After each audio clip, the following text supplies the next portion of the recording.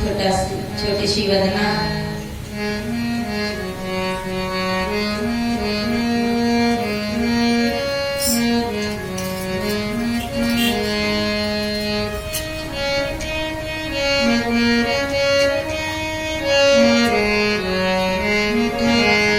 मेरी नैया पड़ी मझधार गुरुजी से पार लगा दे। मेरी नैया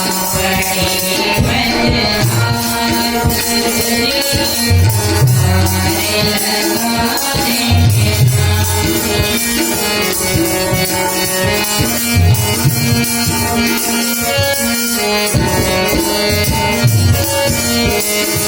मेरी नैया पड़ी मझधार गुरुजी से पार लगा दे।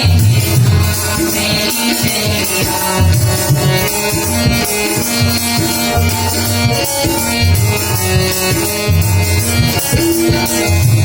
सुनो जानो गुरुजी घट घट की मेरी नैया भंवर में अटकी।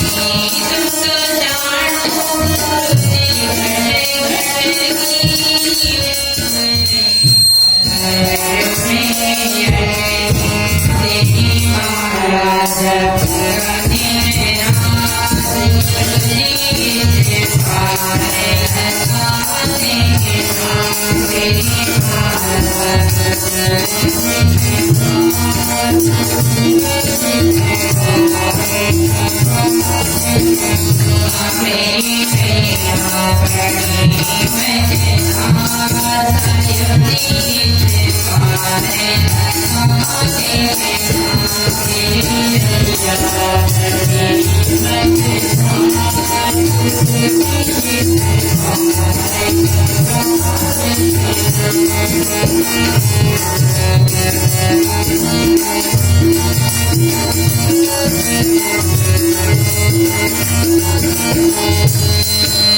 मेरी नाव नहीं है नामी डूबने की मेरी कहानी।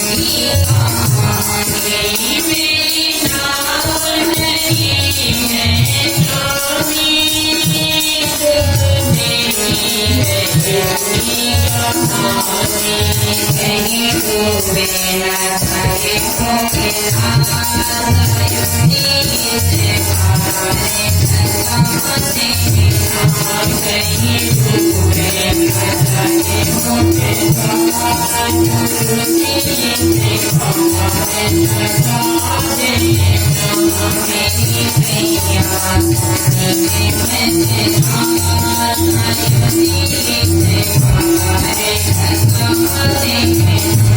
मझधार गुरुजी से पार लगा दे। मेरी नैया पड़ी मझधार गुरुजी से पार लगा दे। मेरी नैया पड़ी मझधार गुरुजी से पार लगा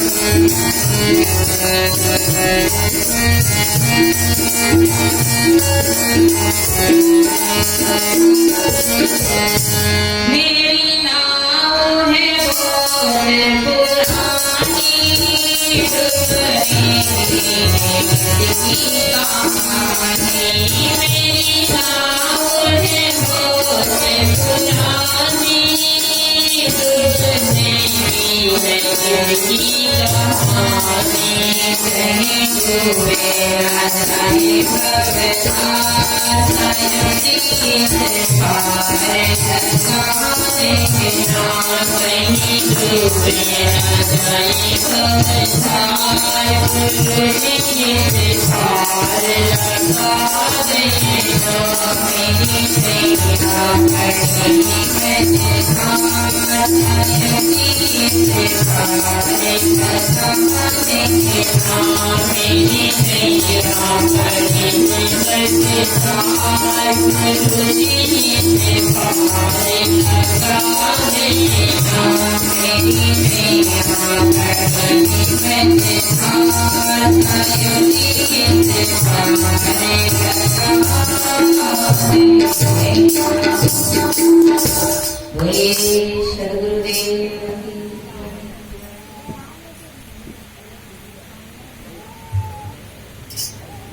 संत सम्राट सदगुरु कबीर साहब अपने मौलिक वाणियों में कहते हैं, जाको सतगुरु ना मिला, व्याकुल दौतिस धार, आंगन सूजे बावरा, घर जले घूर बुता। जाको सतगुरु ना मिला, जीवन में अगर सतगुरु ना हो तो गुरु नहीं तो इस जीवन की कोई शुरुआत नहीं। चाहे वो विद्या गुरु हो, चाहे वो शिक्षा गुरु हो, चाहे वो दीक्षा गुरु हो, चाहे वो मोक्षदाता गुरु हो। गुरु के बिना आज तक कोई पार नहीं लग सका। अगर विद्या गुरु ना होता तो आज हम यहाँ पढ़े लिखे जो बैठे हैं, डिग्री लेकर के पद पे बैठे हैं, ये अभागे होते और दूसरे की मजदूरी करते। विद्या गुरु का अनंत उपकार है जिसने हमें विद्या दी, और विद्याहीन मनुष्य पशु तुल्य होता है। विद्या तो सबको ही सबके ही जीवन में विद्या होना चाहिए। विद्या के साथ शिक्षा भी होना चाहिए, शिक्षा के साथ दीक्षा भी होना चाहिए, क्योंकि शिक्षा और दीक्षा से ही जीवन का जो आगे का मोक्ष का रास्ता मिलता है। तो पहले विद्या गुरु भी जरूरी है, शिक्षा गुरु भी जरूरी है, और दीक्षा गुरु भी जरूरी है। जिसको लोग परमात्मा कहते हैं, जिसको लोग ईश्वर कहते हैं, उनने भी दीक्षा गुरु, शिक्षा गुरु और विद्या गुरु सभी गुरु की शरण में गए, उनकी शरण ली। क्योंकि जब तक हम विद्या गुरु के पास नहीं जाएंगे तो हमें अक्षर बोध नहीं होगा। अक्षर बोध नहीं होगा तो आत्मबोध में भी हमारे उधर की एक कहानी है। एक भाई अनपढ़ था, बेचारा भोला भाला था, सीधा साधा था। तो वो और उसका जो बड़ा भाई था वो पढ़ा लिखा था। अब पढ़े लिखे लोग पहले जमाने में आप देखे होंगे कि अब तो सभी आपके यहाँ तो सब कुर्ता पजामा पैंट बुशर्ट पहनते हैं, पर पहले जमाने में क्या पहनते थे? धोती कुर्ता। तो वो बड़ा भाई साहब पढ़े लिखे थे और छोटा भाई अनपढ़ था। तो एक दिन छोटे भाई के मन में आया कि मेरे बड़े भाई साहब पढ़े हैं और वो रोज पढ़ लिख करके जब वो टीचर बन गए, पैंट शर्ट पहनते हैं, कुर्ता पजामा पहनते हैं तो बड़े सुंदर लगते हैं, मुझे भी उनके कभी कभी उनके कपड़े पहनकर देखना चाहिए। उनने उनके कपड़े पहनकर देखा तो बहुत अच्छे लगे। तो उसके मन में जैसा कि बढ़िया है, ऐसे कपड़े पहनने में बहुत अच्छा लगता है। तो वो उसकी ससुराल जाने लगा। तो ससुराल जब जाने लगा तो उसने क्या किया, अपने भाई के कुर्ते पजामा पहन लिया। अब वो जो जा रहा था रोड पे, तो एक बीच में गांव पड़ा जहाँ सभी लोग अनपढ़ रहते थे, और ऐसे ऐसे गांव थे पहले कि जब चिट्ठी आती थी, कोई समाचार आता था, कोई संदेश आता था, तो दूसरे गांव में पढ़ाने के लिए जाते थे। तो उसको देखा गांव वालों ने कि भाई ये पैंट शर्ट पहनकर कोई आदमी जा रहा है, कुर्ता पजामा पहनकर, जरूर ये पढ़ा लिखा होगा। तो वो झट से उस चिट्ठी को लेकर उस आदमी के पास गए कि भाई साहब कृपया हमारी चिट्ठी पढ़ दीजिएगा। अब उसने कहा कि नहीं नहीं मुझे टाइम नहीं, मुझे जल्दी है, क्योंकि वो बेचारा अपनी बात बिगाड़ना नहीं चाह रहा था, ताकि लोग उसे यूं ना समझे कि कपड़े तो इतने कीमती पहन रखे पर ये अनपढ़ है। कहा नहीं नहीं भैया मुझे टाइम नहीं। गांव वालों ने कहा अरे साहब आपको हम बैलगाड़ा से छोड़ देंगे, कृपया आप हमारी चिट्ठी पढ़ दीजिएगा। हमारे गांव में कोई पढ़े लिखे नहीं है, चिट्ठी पढ़ाने कहाँ जाएंगे। लोगों ने कहा वो मना करता है, फिर भी जबरदस्ती उनको चिट्ठी पकड़ा दी। अब जब चिट्ठी हाथ में आई तो वो बेचारा चिट्ठी को देखा, क्योंकि वो पढ़ा लिखा तो था नहीं, तो चिट्ठी को सिर में लगा के फूट फूट करके रोने लगा। तो लोगों ने कहा कि भाई ये चिट्ठी पढ़ने वाला रो रहा है तो लगता है कि अपनी बेटी एक ससुराल गई है, वो जरूर कहीं मर गई है, गांव में वो जरूर मर गई है और ये चिट्ठी में लिख के आया है, इसलिए बता नहीं पा रहा। तो पूरे गांव के लोग भी रोने लगे। तो सबने कहा कि भाई बता तो सही, ये हमारी बेटी कल परसों तो हम मिलके आए और बेटी कैसे मर गई। वो और जोर जोर से रोने लगा। उसके मन में आया मैं लोगों को कैसे समझाऊं कि मैं अनपढ़ हूँ, मैं पढ़ा लिखा नहीं हूँ, कैसे बताऊं, क्योंकि मूर्ख के आगे रोना और अपनी घाटी का धन होना। कोयला हुए ना उजला सोवन साबुन लगाए, पत्थर में क्या मारी जो चौका तीर नसाए। अपने पत्थर में अगर मारोगे तो वो तीर फोटा हो जाएगा। वो नहीं समझने वाला नहीं समझेगा, तुम लाख सिर फोड़ो, वो जैसी चाल से चलेगा वैसे ही चलेगा। तो उसने क्या रोने लगा, जोर जोर से फूट फूट के रोने लगा। तो उन्होंने कहा कि जब तो बेटी अब जला भी नहीं होगा, इतना क्यों रो रहा है।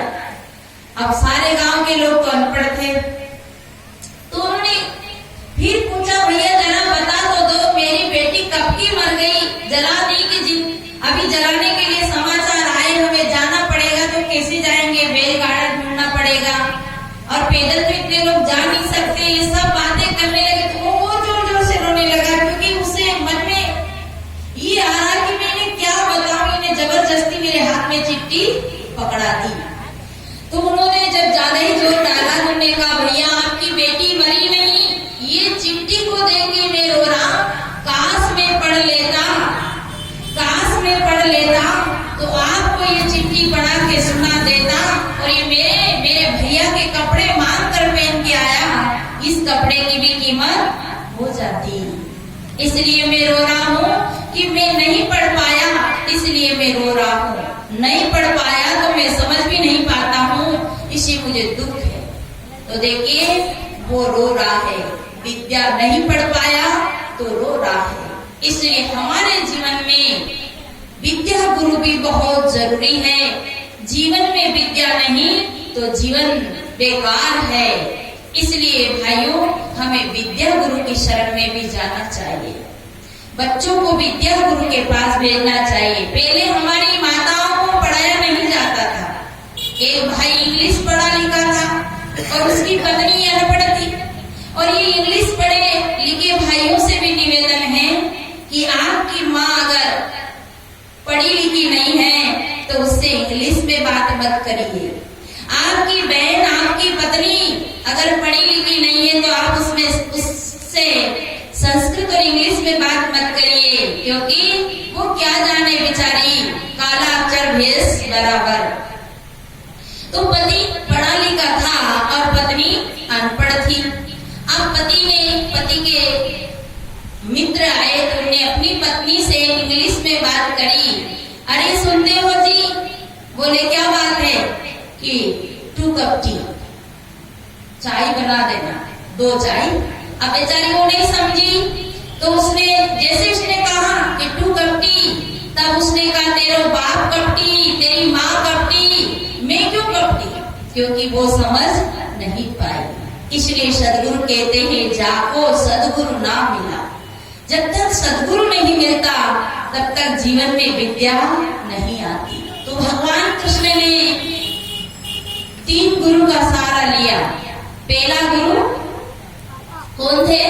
पहला गुरु उनका नामकरण संस्कार करने वाले गर्गाचार्य जी, जिससे नामकरण संस्कार हुआ। आजकल तो गुरुओं को नहीं बुलाते, आजकल तो सारे फिल्मों के टीवी मोबाइल में देखते हैं और उससे ही नाम रखते हैं, जिस नामों को हमें लेना भी नहीं आता। अभी हम नया गांव में गए तो उस बच्ची को हमको लाके दिया, शायद इसका नाम बोलो। मैंने कहा आप लोग कुछ नाम रखे हैं? तो बोले हाँ हमने तो नाम रखा है क्या रखा है? डिम्पल। अब डिम्पल कोई नाम है? ऐसे ऐसे नाम रख देते हैं। पहले के लोग गुरुओं से नाम रखाते थे, जिस नाम में कुछ दम होता था। महापुरुषों के नाम रखते थे, जो महापुरुष अच्छे काम कर गए उनके नाम लोगों से कृष्ण है, राम है, क्या नाम से ध्रुव है, प्रहलाद है, ऐसे सुंदर सुंदर नाम रखते थे। आजकल के नाम तो ऐसे नाम कि नाम के नाम और बदनाम के बदनाम, जैसे नाम वैसे उनका काम, इसलिए नाम भी ऐसे रखते हैं। तो भगवान कृष्ण का पहला गुरु कौन था? गर्गाचार्य। और दूसरा गुरु जहां उन्होंने विद्या अध्ययन की, जहां वो विद्या लेने गए, वो गुरु कौन थे? जहां कृष्ण भगवान ने विद्या पढ़ी थी। इधर माताएं बताएगी, टीवी देखती है, अगर उनसे पूछो कि गोपी की सास का नाम क्या था तो तुरंत बता देगी, परंतु कृष्ण जी के विद्या गुरु का नाम पता नहीं है। दिन भर टीवी मोबाइल देखते हैं तो क्या फायदा हुआ? हम टीवी में भी देखे, जरूर देखे, मोबाइल भी देखे, जरूर देखे, पर उस दृष्टि से देखे, उस विवेक से देखे कि उसमें सार क्या है, उस सार को देखे। आज मोबाइल एक कल्प वृक्ष की तरह है, अगर उसमें देखना चाहो, खोजना चाहो तो हर चीज उसमें मिल सकती है। तो हमें अपने काम की चीज को उसमें बोलकर निकाल सकते, खोज कर निकाल सकते, ढूंढ लेते हैं और हमारा सब प्रश्न हल हो जाता है। पर हम जो चीजें याद रखने की है वो नहीं रखते, हम नकलचू है, नकल करते पर अकल से काम नहीं लेते हैं। तो भगवान कृष्ण का दूसरा गुरु जो था, जो उन्होंने दीक्षा से विद्या अध्ययन किया, वो सांदीपनी, जो उज्जैन नगरी में रहकर सुदामा के साथ में जाकर उन्होंने विद्या पढ़ी थी। और तीसरा गुरु कौन था? तीसरा गुरु जैसे हमारे घर में संत आते हैं, अब एक गुरु से हम दीक्षा लेते हैं पर उनके साथ कई प्रकार के संत आते हैं। मैं यहाँ की गुरु नहीं हूँ, पर आप मुझे भी यहाँ बुला लेते हैं, और कई अयोध्या से बुला लेते हैं, कई इलाहाबाद से संत बुला लेते हैं, कई बुरहानपुर से बुला लेते हैं। ये सब ये कैसे हैं? हमारे शिक्षा गुरु। अनेक प्रकार की शिक्षा इनसे हमें मिलती है। ऐसे भगवान कृष्ण के शिक्षा गुरु थे। वो कौन थे? दुर्वासा ऋषि। समय समय पे आते थे और उनकी कड़ी परीक्षा लेते थे। और उनकी कैसी कड़ी परीक्षा लेते थे? ऐसी कठिन परीक्षा लेते थे। एक बार कृष्ण भगवान ने दुर्वासा ऋषि को निमंत्रण किया कि भगवान हमारे घर भोजन करना है। तो उन्हें शर्त रख दी, तुम्हारे घर भोजन करेंगे तब भोजन करेंगे कि रुक्मिणी और कृष्ण घोड़ा बनकर आवे रथ में और वो मुझे ले जाए तो मैं उनके घर भोजन करने जा सकता हूँ। तो कहते रुक्मिणी और कृष्ण रथ में जुट गए और दुर्वासा ऋषि को घर में लाए। कहा भगवान भोजन क्या करोगे? तो कहे रुक्मिणी खीर बनाएगी, कृष्ण खीर बनाएंगे, वही खीर खाएंगे। और उन्होंने खीर बनाई और वो खीर उन्होंने खाई। हम लोग कहते गाड़ी लेके लेने आना तो कठिन पड़ जाता है, कोई कोई भागशाली तो मना नहीं करते हैं, नहीं तो कई लोग तो कहते साहब बस में आ जाओ तो चलेगा कि नहीं चलेगा। मतलब उनकी श्रद्धा, उनकी भक्ति।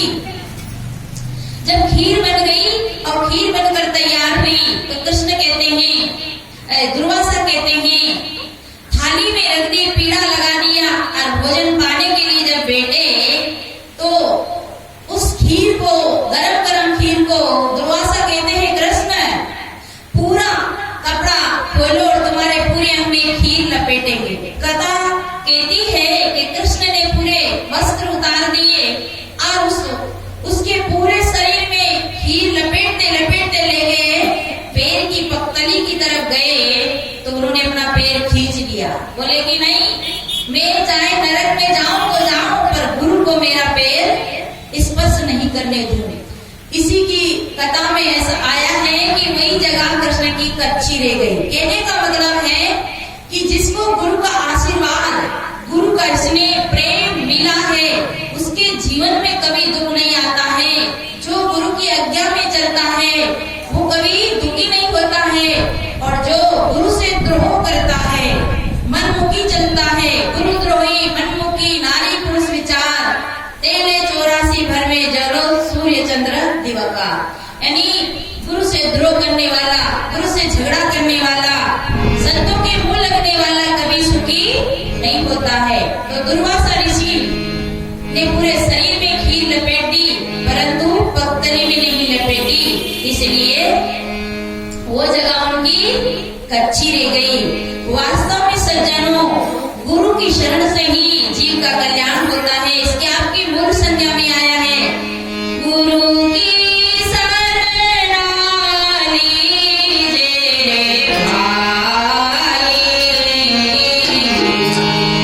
या से जीवे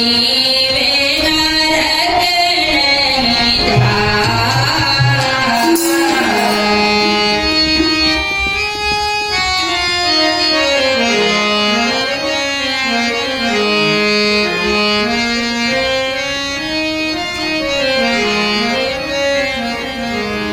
गुरु की शरणा लीजिए रे भाई, या से जीव नरक नहीं जाई। और भी कहा है, गुरु मुखी होए परम पद पावे, जो राशि में कोई नहीं आवे।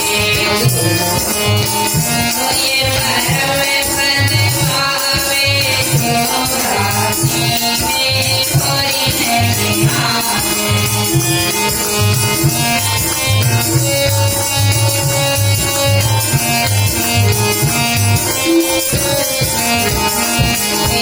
गुरु बिना भवनी तरहि न होई, जो भक्ति शंकर होई। गुरु बिना भवनी तरहि न होई, जो भक्ति शंकर